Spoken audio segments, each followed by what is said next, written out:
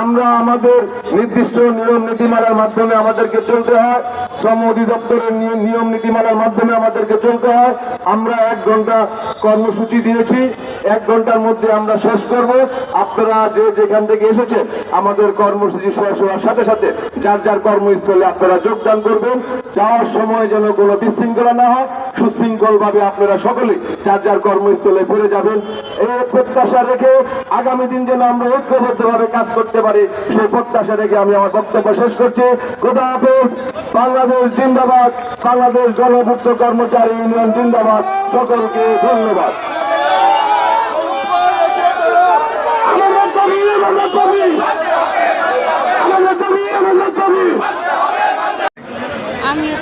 উপস্থিত কেন্দ্রীয় কমিটির সম্মানিত সাধারণ সম্পাদক জনাব বদরুল সবুজ, উপস্থিত কেন্দ্রীয় নেতৃবৃন্দ, উপস্থিত সাংবাদিক ভাইরা, উপস্থিত বিভিন্ন জেলার বিভিন্ন ইউনিট কমিটি থেকে আগত সম্মানিত নেতৃবৃন্দ এবং প্রশাসন থেকে আগত সম্মানিত কথাবার্তাবৃন্দ, আসসালামু আলাইকুম।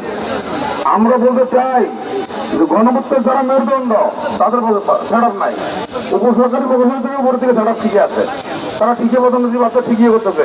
কিন্তু আজকে দেখা গেল 30-40 বছর বাউসের ভিত্তিক কাজ করতেছে, বাচ্চার ভিত্তিক কাজ করতেছে, কিন্তু করার পরে তারা আজকে খালি হাতে ফেরত যাচ্ছে, চাকরি ছেড়ে দিতেছে, লগে বেতনও বন্ধ, লগে বাসাটা থাকতে হইতেছে। এই ধরনের মানে এই অবস্থার মধ্যে সারা বাংলাদেশ থেকে আমাদের কাছে ফোন আসতেছে, কান্নাকাটির রোল পড়ে যায়, যেভাবে ফোন দেয়।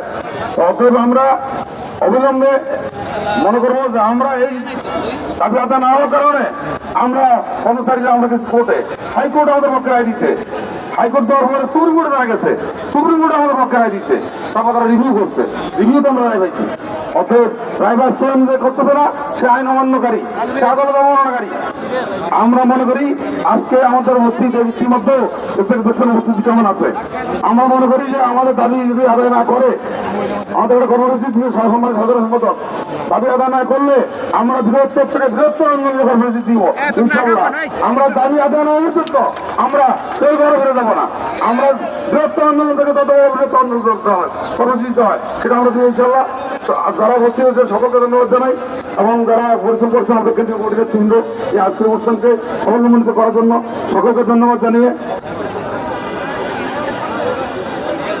আপনারা এখান থেকে যা অফিসে যোগদান করবেন, সবাই আপনারা অফিসের মধ্যে অক্লান্ত পরিশ্রম করেছেন, সেই জন্য আপনাদেরকে অসংখ্য ধন্যবাদ জানিয়ে আমি আমার সংক্ষিপ্ত বক্তব্য এখানে শেষ করছি এবং আজকের এই অবস্থান কর্মসূচির সমাপ্তি ঘোষণা করছি। সকলকে ধন্যবাদ। আসসালামু আলাইকুম।